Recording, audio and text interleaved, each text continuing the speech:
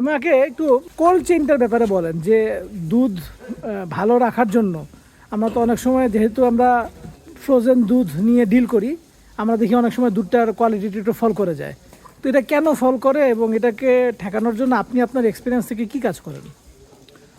আমরা কোল্ড চেইনের ব্যাপারে যেটা বললেন যে দুধটাকে সবসময় আপনাকে একটা ঠান্ডা পরিবেশে রাখতে হবে, আদারওয়াইজ দেখা যাচ্ছে দুধটা অনেক সময় নষ্ট হয়ে যায়। ছানা আমরা নর্মালি যেটা বুঝি যে দুধ ছানা হয়ে যাচ্ছে, অথবা দুধ যদি আপনার প্রপারলি মেনটেন না করা হয় ঠান্ডার মধ্যে, তাহলে সেক্ষেত্রে দেখা যাবে যে দুধটা অনেক সময় ফেটে যায় না, বাট দেখা যাচ্ছে যে দুধের টেস্ট পাচ্ছেন না আর কি, এই ধরনের একটা সিচুয়েশন সৃষ্টি হয়।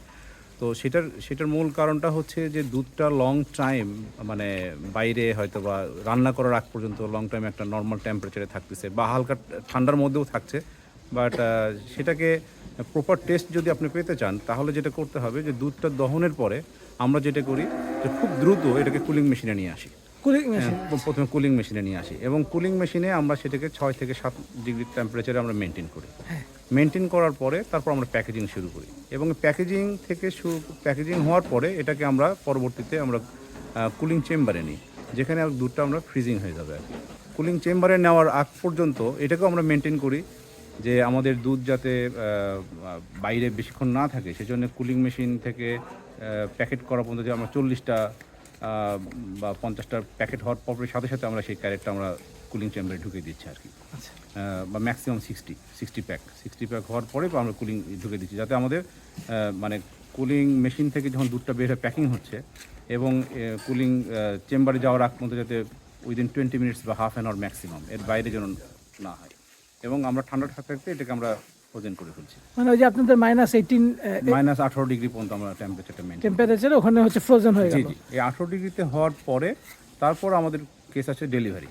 তো আমরা যখন ডেলিভারি যেটা হয় সেটা আমরা মর্নিংয়ে ডেলিভারি করি, যে আবহাওয়াটা ঠান্ডা থাকে, এবং ওখান থেকে ডাইরেক্টলি বের করে আমরা ফ্রিজিং ভ্যানে ঢুকে ফেলি।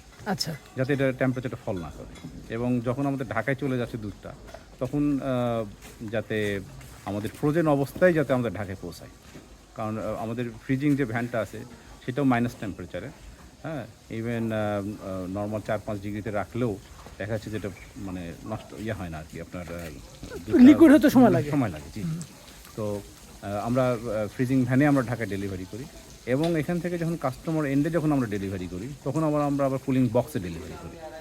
সো দ্যাট কুলিং বক্সেরও একটা গ্যারান্টি আছে যে তারা মানে 14-15 ঘন্টা বা সামথিং তারা মোটামুটি তারা আইস অবস্থা থাকে আর কি, ফ্রোজেন অবস্থা থাকে। আচ্ছা, তো ওই ইয়ে থেকে যদিও আমরা মানে দেখা যাচ্ছে যে আমরা ফ্রিজ থেকে বের করার পরে কারণ আমাদের ঢাকা অফিসেও ফ্রিজ আছে, সেই ফ্রিজের মধ্যে আমরা সংরক্ষিত করি, সেখান থেকে ডেলিভারি ম্যানরা নিয়ে যায়, তারা আবার বক্সে নিয়ে যায়, মানে কুলিং বক্স। এই কুলিং বক্স মানে লোড করা এবং আনলোড পয়েন্টে আমাদের টার্গেট আছে যে আমরা হাফ অ্যান আওয়ার থেকে 1 ঘন্টার মধ্যে আমরা এটাকে ডেলিভারি কাস্টমার এন্ডে।